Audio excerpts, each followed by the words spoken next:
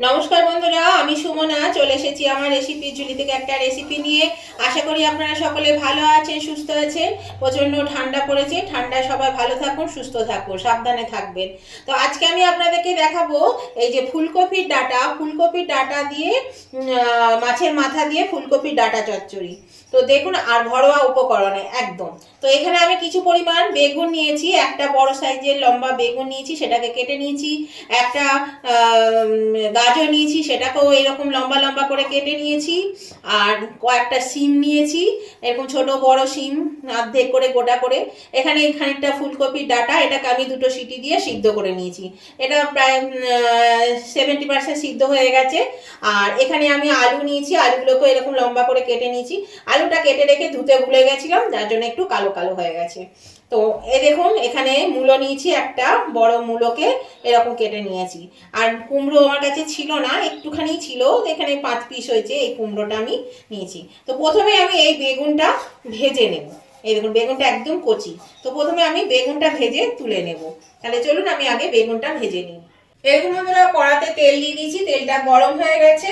এবার আমি আগে বেগুনটা ভেজে দিচ্ছি। আর সবজি আপনাদের পছন্দের মতন আপনারা সবজি নেবেন, যার যেমন পছন্দ সেই অনুযায়ী সবজি নেবেন। শীতকালে প্রচুর সবজি, সেই পছন্দ মতো সবজি দিয়ে এটা রান্না করবেন। তো চলুন আমি বেগুনটা ভেজে নিই।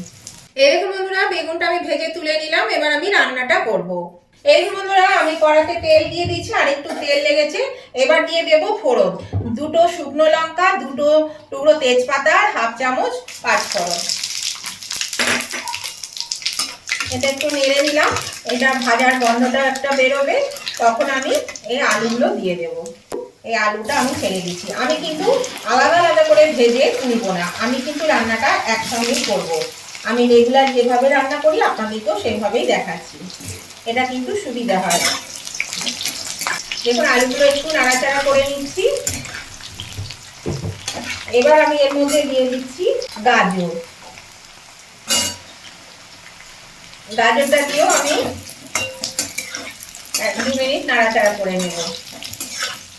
সবজিগুলো একটা একটা করে দেব আর একটু নাড়াচাড়া করব, তাহলে কিন্তু সমস্ত সবজি ভাজা হয়ে যাবে।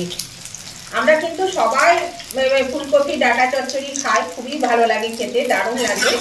আর এক একজন এক এক রকম পদ্ধতিতে করে। তো আমি আজকে কিভাবে করছি সেটা আমি আপনাদেরকে দেখাবো। এর আগেও কিন্তু আমার ভিডিওতে দেওয়া আছে ফুলকপি ডাঁটা চচ্চড়ি, সেটাও আপনারা চাইলে দেখে নিতে পারেন। দেখুন, এটা হয়ে গেছে। এবার আমি দিয়ে দিচ্ছি মুড়োটা দিয়েও আমি 2 মিনিট নেড়ে নেব। সবজিগুলো আমি একটার পর একটা দিয়ে দিয়ে নেড়ে নেব। আর এটাতে একটু সর্ষের তেলটা বেশি দেবেন, আর সর্ষের তেলে রান্না করার চেষ্টা করবেন, কেননা চচ্চড়ি কিন্তু সর্ষের তেলে খেতে ভালো লাগে। আর তাছাড়া বেশি কেন দিতে বললাম, একটু বেশি দিলে এইসব চচ্চড়িতে কিন্তু একটু তেলটা বেশি দিলে খেতে কিন্তু টেস্টি হয়, খুব টেস্টি হয়। সেই জন্যই বললাম একটু তেলটা বেশি দেবেন। এবার আমি দিয়ে দিচ্ছি শিম। শিমটা দিয়েও আমি একটু নাড়াচাড়া করে নেব। দেখুন বন্ধুরা, এটা বেশ একটু ভাজা ভাজা হয়ে এসেছে সব কিছু সবজি। এবার আমি দিয়ে দিচ্ছি এই ডাঁটাগুলো, সিদ্ধ করে রাখা ডাঁটাটা দিয়েও আমি একটু নাড়াচাড়া করে নেব। তারপরে দেবো কুমড়ো। এবার আমি দিয়ে দিচ্ছি কুমড়ো, আর দিয়ে দিচ্ছি পরিমাণ মতো নুন। 1 চামচ নুন দিলাম, তাহলে পরে আবার দেবো। দিয়ে দিচ্ছি হলুদ গুঁড়ো, আর দিয়ে দিচ্ছি একটা বড় সাইজের টমেটো। এরকম বন্ধুরা, এর মধ্যে এবার আমি দিয়ে দেব, এখানে হাফ চামচ আদা বাটা নিয়েছি, এই আদা বাটাটা দিয়ে দিচ্ছি। আর দিয়ে দিচ্ছি এখানে হাফ চামচ করে জিরে আর ধনে গুঁড়ো নিয়েছি, হাফ চামচ ধনে জিরে গুঁড়ো দিয়ে দিচ্ছি।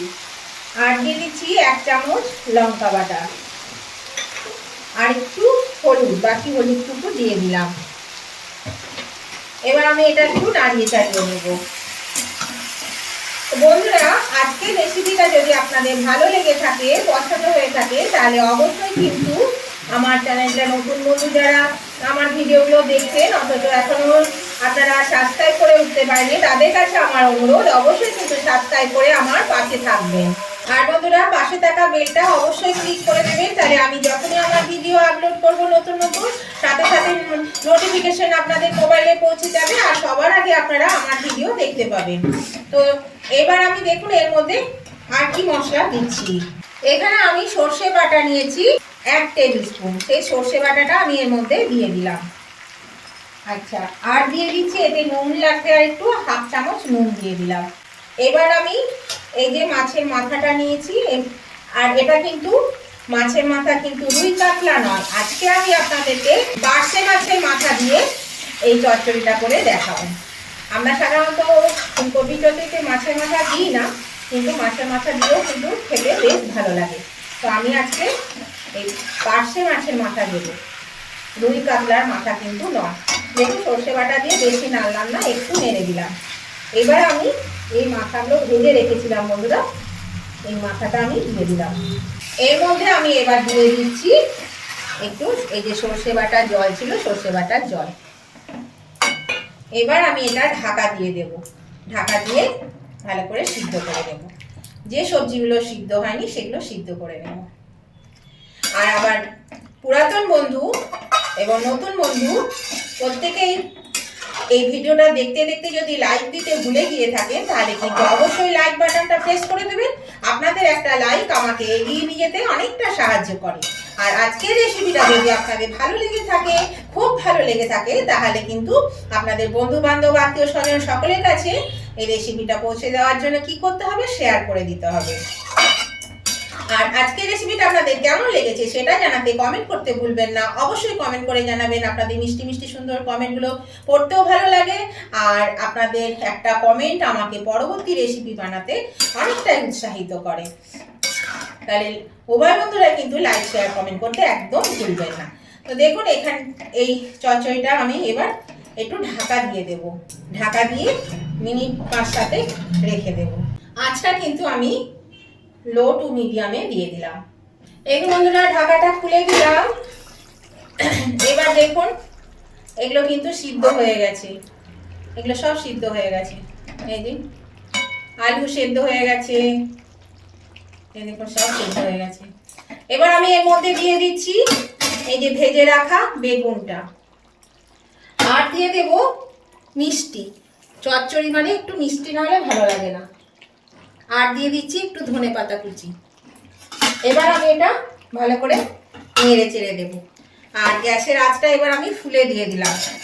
এই যে রসটা আছে মানে ঝোল ঝোল ভাবটা আছে, এটা একটু শুকিয়ে বেশ গা মাখা হয়ে যাবে। এটা কিন্তু চচ্চড়ি কিন্তু একটু গা মাখা হলে খেতে বেশ ভালো লাগে। আর আমি মাঝে 2-3 বার নেড়ে দিয়েছিলাম, মাছের মাথাগুলো ভেঙে ভেঙে দিয়েছি। এই যে মাছের মাথাও ভেঙে দিয়েছি। তো চলুন এটার একটু রসটা টেনে নিই, গা মাখা হোক, তারপর আমি নামিয়ে নেব। বেগুনটা তো ভাজতে ভাজতেই নরম হয়ে গেছে, সেই জন্য ওটা সিদ্ধ করার দরকার নেই। এরকম বন্ধুরা এটা হয়ে গেছে, এবার আমি এটা নামিয়ে নিচ্ছি। আর যেটুকু রস আছে এটা কিন্তু ঠান্ডা হলে টেনে নেবে সব সবজির মধ্যে। তো গ্যাসটা আমি অফ করে দিচ্ছি। এবার আমি এটা সার্ভিং ডিশে নামিয়ে নিচ্ছি।